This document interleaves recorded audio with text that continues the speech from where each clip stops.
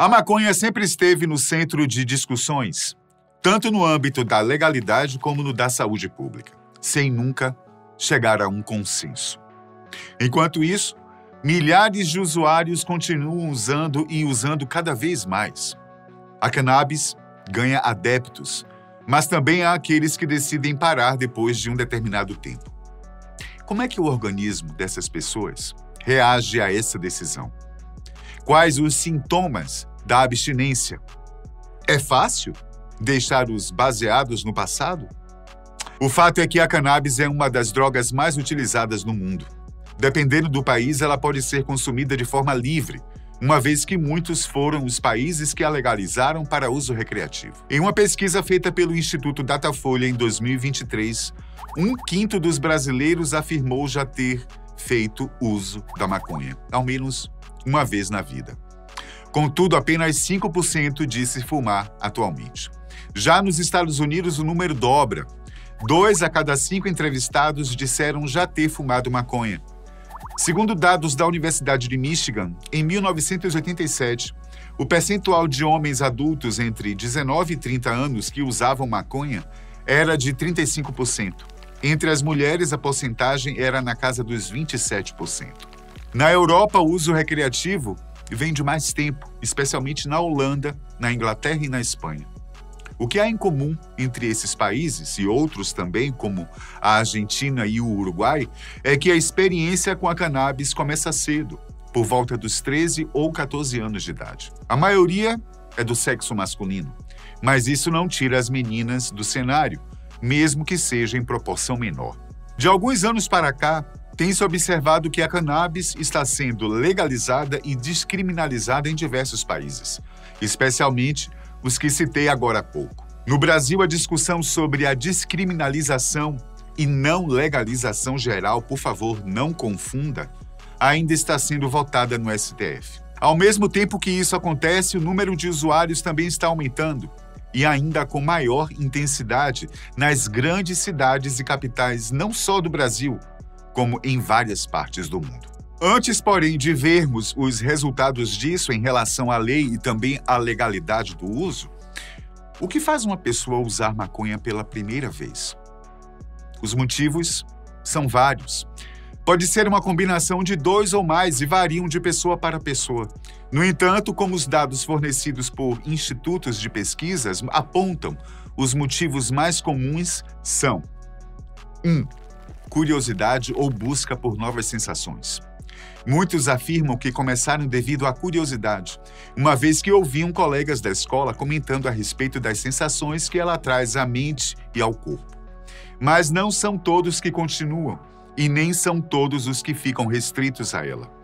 Enquanto alguns param, ou porque não gostaram, ou por outro motivo, outros partem para experiências, digamos, mais pesadas. E é onde mora o pesadelo para a maioria. Número 2. Necessidade de fazer parte de um grupo. É mais do que normal, principalmente na adolescência, a pessoa sentir a necessidade de fazer parte de um grupo que compartilhe seus gostos, suas ideias, seus sentimentos, enfim. De repente, o jovem ou a jovem se sente atraído por um grupo que está sempre rindo, demonstrando estar sempre de bom humor, mas que não é muito bem visto no colégio porque tem a fama de usuários de drogas. 3. Influência de amigos ou de familiares. Quem nunca conheceu alguém que fuma maconha? Muito dificilmente alguém irá responder eu. Se não, entre a rodinha de amigos e colegas da escola, alguém na família, primos, tios, irmãos, até mesmo os pais, podem estar na lista. Ué, por que não?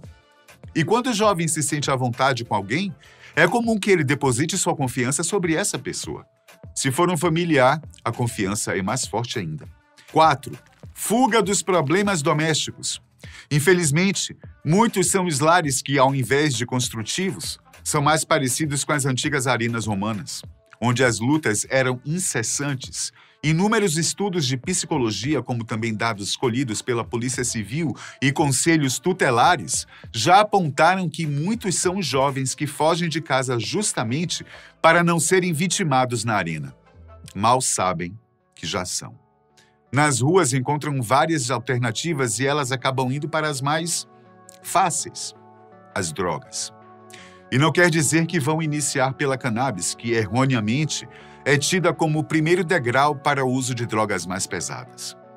Muitos, infelizmente, estão sendo devorados vivos pelo crack, que hoje é considerado o pior e mais devastador produto que alguém pode inserir em seu corpo. Ele acaba não só com o físico, mas principalmente afeta, e de forma degenerativa, o cérebro, fazendo com que o indivíduo praticamente enlouqueça.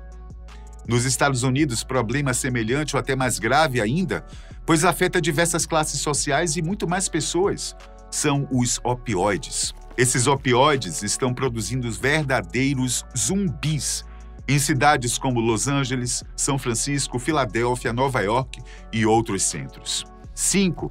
Timidez e isolamento social. Mesmo que não sejam estatisticamente registradas, há situações em que a timidez e a introversão agem como colaboradores para o jovem experimentar algo diferente na vida, como a cannabis. Nela, ele encontra uma espécie de elixir contra a ansiedade, o isolamento, a baixa autoestima e a dificuldade de conviver com outras pessoas. Quando a usa, ele se sente mais relaxado, confiante e sociável.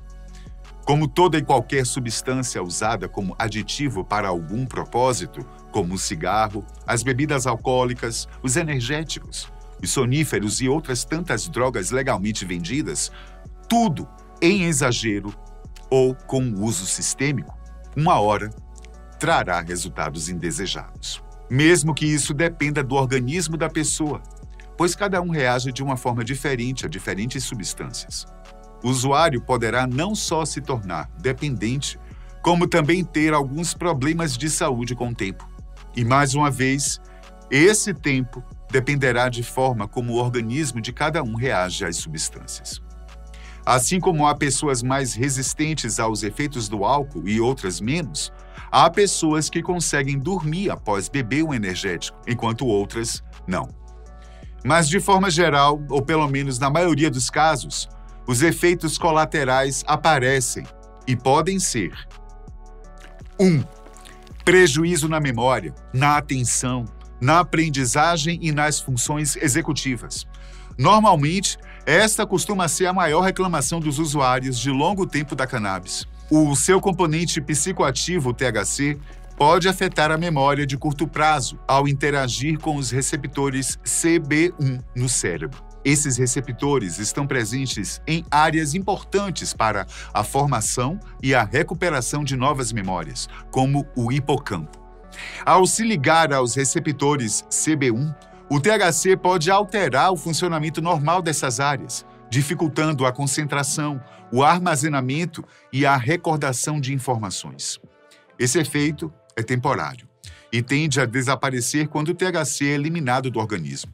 No entanto, o uso crônico de cannabis pode causar alterações estruturais e funcionais no cérebro, que podem prejudicar a memória de longo prazo e outras habilidades cognitivas.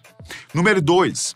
Aumento no risco de depressão, ansiedade, psicose e esquizofrenia. De acordo com um acompanhamento feito por uma das revistas mais respeitadas da psiquiatria, a JAMA, envolvendo mais de 23 mil usuários desde a adolescência até sua fase adulta, com 32 anos, os resultados foram alarmantes. Segundo o relatório, os adolescentes de até 18 anos que consumiram mais que 4 cigarros de maconha por semana, pelo menos durante um ano, na vida adulta tiveram um risco 37% maior de sofrer depressão, 50% maior de pensamentos suicidas e 3 vezes maior de efetivamente tentar suicídio. Contudo, foi visto que vários outros fatores, inclusive familiares e sociais, e não só o uso constante da cannabis, contribuíram na construção dos pensamentos destrutivos daqueles jovens. 3. Diminuição da motivação, do rendimento escolar e da satisfação pessoal. Alguns estudos práticos demonstraram que, principalmente entre os jovens, a motivação para certas práticas, como estudos e esportes, baixou consideravelmente. Segundo a revista especializada Addiction, a função cognitiva pode ser severamente afetada, o que afeta na atenção e nas funções que envolvem o aprendizado. Por outro lado, indo em sentido contrário ao desses resultados, houve testes em que a capacidade cognitiva não foi degradada, mas sim modificada, melhorando a criatividade em muitos casos. 4. Dependência química e dificuldade de parar com a droga. Ao longo da vida, o ser humano acaba se tornando dependente de diversas coisas. Se não dos químicos, dos aparatos tecnológicos, como hoje vemos a dependência gritante que criamos em cima dos smartphones, por exemplo. De qualquer forma, a dependência é algo que normalmente foge ao nosso controle. Ou nosso físico ou nosso psicológico estão sempre à procura daquilo que os ensinamos a usar com tanta maestria e tempo de dedicação.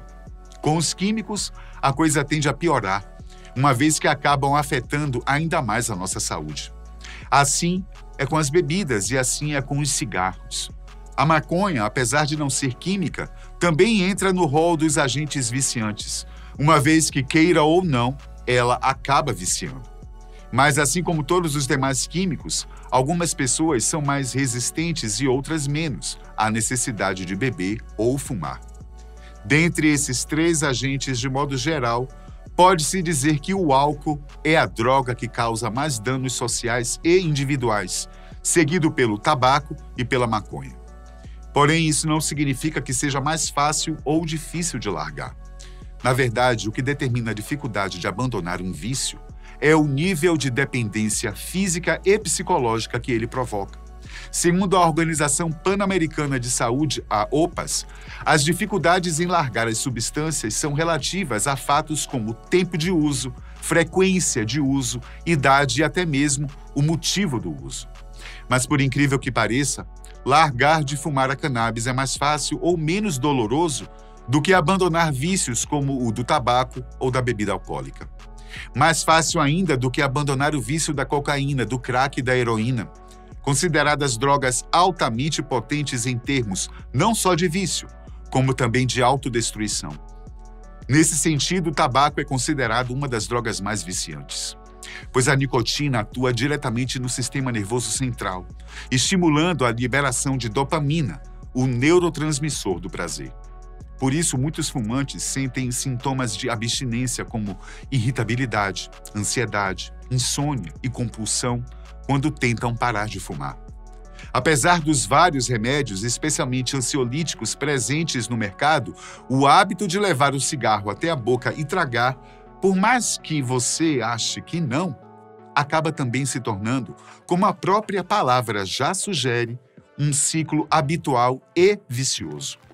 Os componentes químicos, que são milhares presentes no cigarro, são responsáveis não só por viciar, como também originar uma série de doenças, como as respiratórias e também diversos tipos de câncer.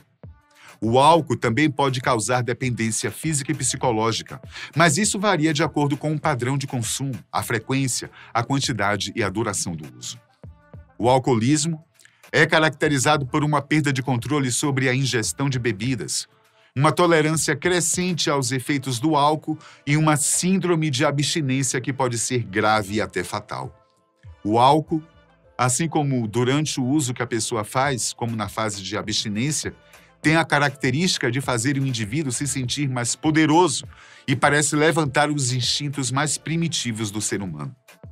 E esse é um dos motivos de causar tanta violência doméstica e também discussões acaloradas em ambientes propícios para o consumo, como bares e distribuidoras. Mais uma vez, esse tipo de comportamento não pode e não deve ser generalizado, já que, assim como os demais agentes viciantes, afeta diferentes pessoas em diferentes níveis. Largar a bebida é outra tarefa que traz bastante sofrimento aos envolvidos. Porém, de acordo com algumas pesquisas feitas por 2 instituições diferentes, Ministério da Saúde e IBGE, é apontando um aumento de 3,6% no consumo do país entre 2013 e 2019 e uma queda de 1,3% no consumo nas principais capitais brasileiras entre 2016 e 2020. São dados difíceis de serem monitorados, uma vez que nem todas as pessoas são acessíveis e nem todas respondem devidamente. Até agora vimos todos os problemas que a maconha e também o álcool e o tabaco trazem.